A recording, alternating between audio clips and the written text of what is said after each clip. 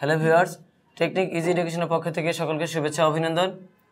পঞ্চম শ্রেণীর শিক্ষার্থীদের জন্য ভগ্নাংশ অধ্যায়ের নতুন পর্ব নিয়ে হাজির হলাম। এই পর্বটি আমরা সাজিয়েছি 8 নম্বর পর্বে। 8 নম্বর পর্বে আমরা অঙ্ক নম্বর 4-এর হিসাব করার থেকে 2টা অঙ্ক সমাধান করে দেখাবো। এখানে অনেকগুলো অঙ্ক আছে, তার মধ্যে আমরা এই 8 নম্বর পর্বে মাত্র 2টি অঙ্ক নিয়েছি। তো এই 2টি অঙ্ক অন্যান্য যে পর্বগুলো আমরা করেছি 3 নম্বর বা 2 নম্বর যে অঙ্কগুলো করেছি সেখানে কিন্তু এই 3টা করে ভগ্নাংশ ছিল না, মাত্র 2টা করে ভগ্নাংশ ছিল। এখন আমাদের যতই অঙ্কের নাম্বারটা বাড়ছে, অর্থাৎ 3 থেকে যখন 4 হচ্ছে বা 4 থেকে যখন 5 হবে, ততই কিন্তু আমাদের আস্তে আস্তে অঙ্কের সংখ্যাগুলো বা ভগ্নাংশগুলো বাড়ছে। কখনো যোগ চিহ্ন, কখনো যোগ বিয়োগ, মানে দুইটা একসাথে করে দেওয়া থাকবে। তো এই পর্বে আমরা 1 নম্বর অঙ্কটা সমাধান করব। সমাধান করার সময় দেখব যে দেখো যে 3টা ভগ্নাংশ দেওয়া আছে, 7/1, 7/3, 7/5। তো এই যে ভগ্নাংশগুলো, সেই ভগ্নাংশগুলো আসলে কি ধরনের ভগ্নাংশ বা এদেরকে কি ধরনের ভগ্নাংশ বলা হয়। তো যখন আমরা 1 নম্বর পর্বে আলোচনা করেছিলাম বিভিন্ন সূত্র নিয়ে, সেখানে কিন্তু আলোচনা করেছি যে সমহর বিশিষ্ট ভগ্নাংশ বলতে কি বোঝায় এবং সমলব বিশিষ্ট ভগ্নাংশ বলতে কি বোঝায়। সমহর আমরা জানি ভগ্নাংশ, এটা হচ্ছে একটা ভগ্নাংশ। তো ভগ্নাংশের নিচের সংখ্যাটাকে বলা হয় হর, উপরেরটাকে বলা হয় লব। তো যেই সকল ভগ্নাংশের হর একই সংখ্যা থাকবে বা একই হবে সেগুলোকে বলা হয় সমহর বিশিষ্ট ভগ্নাংশ, অর্থাৎ হরগুলো সমান সমান হলেই তাকে বলা হয় সমহর বিশিষ্ট ভগ্নাংশ। তো এই 1 নম্বর অঙ্কটা দেখো, প্রত্যেকটার হর হচ্ছে 7, তার মানে এটা একটা হচ্ছে সমহর বিশিষ্ট ভগ্নাংশ। আর সমহর বিশিষ্ট ভগ্নাংশ মানেই তার যোগ করা লাগুক আর অথবা বিয়োগ করতে হোক, এই দুটাই কিন্তু খুবই সহজ। তো আমরা এই অঙ্কটা করবো। এখন দেখো, আগে আমরা সাজিয়ে নিয়েছি 1 নম্বরে 7/1 যোগ 7/3 যোগ 7/5 এভাবে বলা যায়, অথবা 7/1, 7/3, 7/5 এভাবে বলা যায়। তো এটাকে আমরা শুরুতে লসাগু করে নিব। সমহর মানেই বলেছি যে সুবিধা একটু, সবগুলোর হর যত লসাগু হবে তত। এবার উপরের যে লবগুলো আছে প্রত্যেকটা লব লিখে মাঝখানের যে চিহ্ন সেটা বসিয়ে দেব। 3 ছিল 3 বসাবো, যোগ 5 ছিল 5 বসাবো। তো এটা হচ্ছে সমহর বিশিষ্ট ভগ্নাংশের যোগ অথবা বিয়োগের একটা সুবিধা। সেটা হচ্ছে যে হরগুলো যত আছে ততই হবে লসাগু, আর উপরের লবগুলো যা আছে তাই থাকবে, শুধু মাঝখানের চিহ্নগুলো ওই একই চিহ্ন বসাতে হবে। এটা হচ্ছে সমহর বিশিষ্ট ভগ্নাংশের সুবিধা। আর যদি কেউ এভাবে নিতে না চায়, তাহলে এই হর দ্বারা লসাগুকে আগে ভাগ, যে ভাগফল হবে সেটা দ্বারা লবকে গুণ, এভাবেও করা যায়। তো যেহেতু আমরা একটু সুবিধা নিতে পারি, তাই আমরা এখানে এই সমহর বিশিষ্ট ভগ্নাংশের ক্ষেত্রে এই ধরনের অঙ্কগুলো খুব সহজে করে ফেলবো, যে উপরের লবগুলো লিখে চিহ্নগুলো শুধু বসিয়ে দেবো। তাহলে দেখো এবার 3 আর 1 হচ্ছে 4, 4 আর 5 হচ্ছে 9। তাহলে আবার এই দিক থেকে যোগ করা যায়, 5 আর 3 8, 8 আর 1 হচ্ছে 9, নিচে হচ্ছে 7। এখন 7 হচ্ছে একটা মৌলিক সংখ্যা আর উপরে 9 হচ্ছে যৌগিক সংখ্যা। তার মানে এই দুইটা সংখ্যাকে, যদিও এটা অপ্রকৃত ভগ্নাংশ, আর অপ্রকৃত ভগ্নাংশ হিসাবে কিন্তু আমরা উত্তর রাখবো না। যেহেতু অপ্রকৃত হিসাবে ভগ্নাংশ উত্তর রাখবো না, তাহলে আমরা এটাকে মিশ্র ভগ্নাংশে প্রকাশ করব। মিশ্র ভগ্নাংশে প্রকাশ করার আগে দেখতে হবে যে অপ্রকৃত ভগ্নাংশের হর এবং লবকে একই সংখ্যা দ্বারা ভাগ করে ছোট করে ফেলা যায় কিনা, অর্থাৎ যেটাকে আমরা লঘিষ্ঠ বলি, সেই লঘিষ্ঠ করা যায় কিনা। যদি লঘিষ্ঠ করা যায় তাহলে লঘিষ্ঠ করতে হবে, আর তা না হলে যেভাবে আছে সেই হর দ্বারা ভাগ করে দিতে হবে। যেহেতু একটা মৌলিক সংখ্যা, তার মানে এটা 7কে কোনোভাবে আর কাটা যাবে না এক ছাড়া। তো 9কে 3 দ্বারা ভাগ করা যায়, 9 দ্বারা ভাগ করা যায়। তবে যেহেতু দুইটাকে একই সংখ্যা দ্বারা ভাগ করা যায় না, তাই আমরা ভাগ করব না। তো 7/9, এইটাকে 9কে ভাজ্য হিসাবে নিয়ে আমরা ভাগ দেখাবো। তো 9-এর মধ্যে 7 যাবে একবার, 7 হচ্ছে 7, বিয়োগ করলে আসে 2। এখন দেখো, অনেকেই শেখানোর সময় বলে যে এই যে অবশিষ্ট 2 রয়েছে, অর্থাৎ ভাগশেষ যে 2টা রয়েছে, সেই 2টা এই 1-এর পাশে এভাবে একটু দাগ টেনে নিচে 7 উপরে 2 এভাবে কিন্তু প্রকাশ করে। তো সেটার জন্যে আমি তোমাদেরকে আগেই বলি যে বিভিন্ন পর্বে হয়তো আলোচনা করেছি, তো এই পর্বে বলছি যে ভাগ করার পর এই যে মিশ্র ভগ্নাংশটা, সেটা কিন্তু ভাগফলের মধ্যেই দেখানো যাবে না। এটা দেখালে তোমার ক্লাস টিচার কিন্তু বিরক্ত হবেন, এটা সবসময়ই সঠিক নাম্বার দিবে না, সঠিক নাম্বার আসবে না এটাই। তাহলে এটার কাজ কি, এইখানে ভাগটা করার পর, অর্থাৎ এই অংশটুকু আমরা গ্রাফের মতো করার পর, এখান থেকে এইটা নেওয়ার পর কিন্তু আমরা ভাগ করেছি, অর্থাৎ এই পুরো অংশটা হচ্ছে আমাদের একটা রাফের মতো, আমরা আলাদা করে ভাগ করে নিয়ে এখন এই ভাগফলটাকে আমরা পূর্ণ সংখ্যা হিসাবে নিব। আর যে আগে যে হরটা ছিল সেই হরটাকেই হর হিসেবে রাখবো, অবশিষ্ট যে অংশটা আমরা পাবো ভাগশেষ, সেটাকে আমরা লব হিসাবে উপরে তুলে দেব। তো এটা হচ্ছে মিশ্র ভগ্নাংশ করার একেবারে প্রকৃত নিয়ম। যদি কেউ এখানে দেখিয়ে দেয় তাহলে যদি স্কুল ক্লাস টিচার যদি বলে সমস্যা নেই তাহলে তোমার সমস্যা নেই, আর যদি ক্লাস টিচার নাম্বার কাটে বা কোনো কিছু বলে তাহলে কিন্তু তোমার এই নিয়মটাই অবশ্যই ফলো করতে হবে। তাহলে সেটা ক্লাস টিচারের উপর ডিপেন্ড করে যে তুমি এখানে দিয়েই শিখে যাবা কিনা। তো আশা করি যে এইভাবে করাটাই তোমার জন্য সহজ হবে, তুমি এভাবেই করো। তো এবার উত্তরটা হবে দেখো 1/7/2। তো এবার একইভাবে যদি আমরা এই পর্বের দ্বিতীয় অঙ্কটাও করি, অর্থাৎ 2 নম্বর অঙ্কটা করি, তাহলে দেখো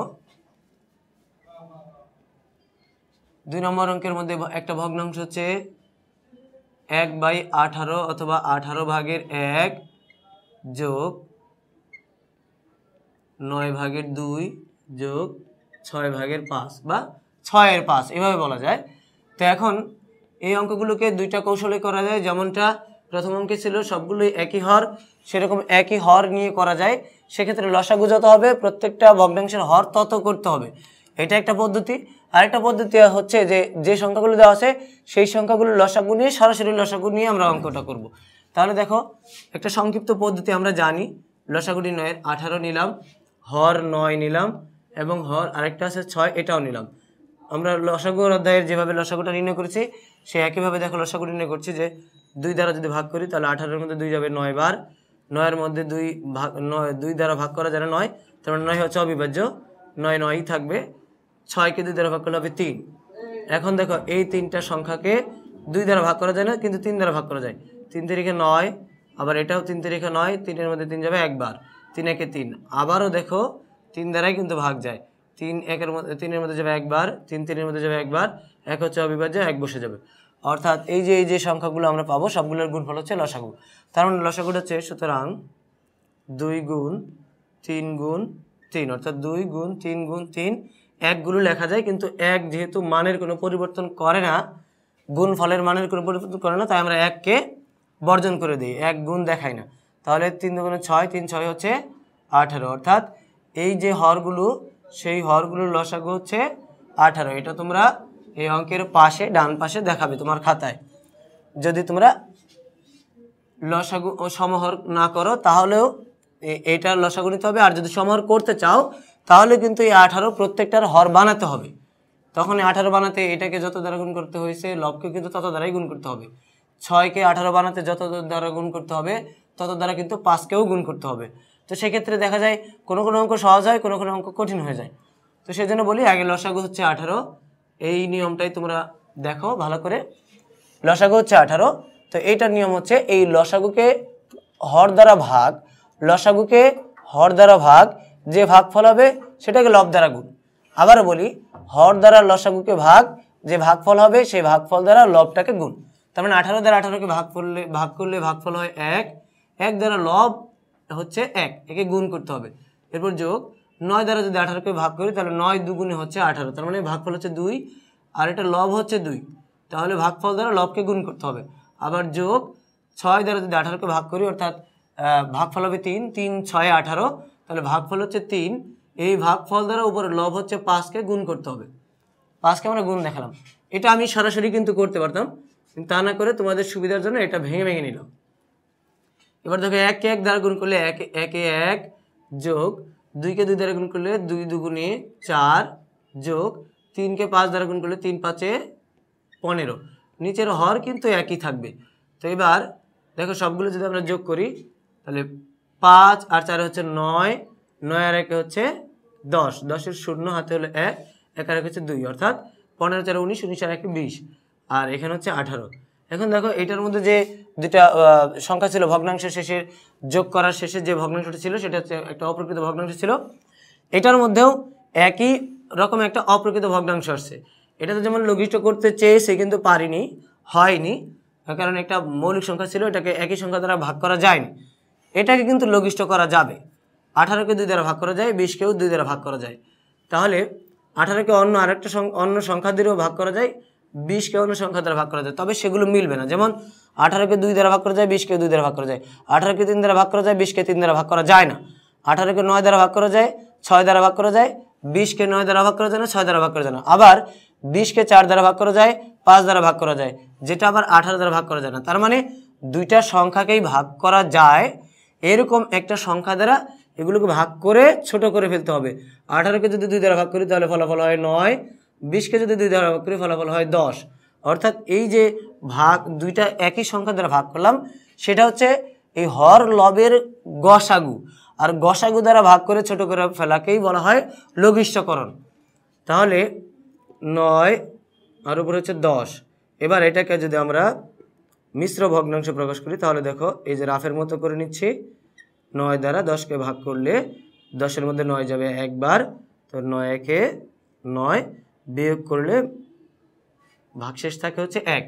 তো একই রকমভাবে উত্তর লিখবো, দেখো পাশে আমরা লিখবো না, এই ভাগফলটাকে পূর্ণ সংখ্যা হিসাবে অর্থাৎ সমস্ত হিসাবে নিয়ে আসবো, এটাকে সমস্তও পড়া হয়।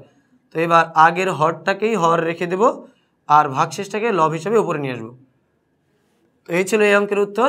তো উত্তরটা যদি আমরা আলাদা করে লিখি দেখো তো উত্তর হবে 1/9 এ হচ্ছে এই অঙ্কের সমাধান। তো দেখো যে ব্যাপারটা হচ্ছে গুরুত্বপূর্ণ সেটা হচ্ছে যে লসাগু যদি আমাদের করতে হয় তাহলে লসাগুটা একটু গুরুত্ব দিয়ে করতে হবে, লসাগুটার মধ্যে একটু মনোযোগ দিতে হবে। যে লসাগু যদি ভুল হয় অঙ্কটা কিন্তু ভুল হয়ে যাবে। আবার লসাগু ঠিক মতো করে অন্যান্য বিষয়গুলো ঠিকঠাক মতো লিখে যদি তুমি শেষের অংশটায় এই যে অপ্রকৃত ভগ্নাংশটাকে যদি লঘিষ্ঠ করা যায়, তা সত্ত্বেও যদি তুমি লঘিষ্ঠ না করো তবে শুধুমাত্র এই যে পূর্ণ সংখ্যার এই অংশটা মিলবে রেজাল্টে, এই অংশ প্রকৃত ভগ্নাংশের এই রেজাল্টটা কিন্তু মিলবে না। যদিও মিলে শেষে লঘিষ্ঠ করতে হবে, আবার কিন্তু এই দুটাকে কেটে ছোট করতে হবে, এরকম কোনো সংখ্যা আসবে। তো তখন আবার দেখা যায় উত্তর একটু ঝামেলা হয়ে যাবে। তো তার আগেই তোমাদের খেয়াল রাখতে হবে যে অপ্রকৃত ভগ্নাংশটা আসলেই খেয়াল রাখতে হবে সেটাকে লঘিষ্ঠ করা যায় কিনা। তো আশা করি এই পর্ব থেকে তোমরা এই 4-এর দুইটা অঙ্কের সমাধান বুঝতে পারলে। তো 4-এর যে বাকি অঙ্কগুলো আছে সেগুলো আমরা অন্যান্য পর্বে বাকি সামনের পর্বগুলোতে নিয়ে আসবো।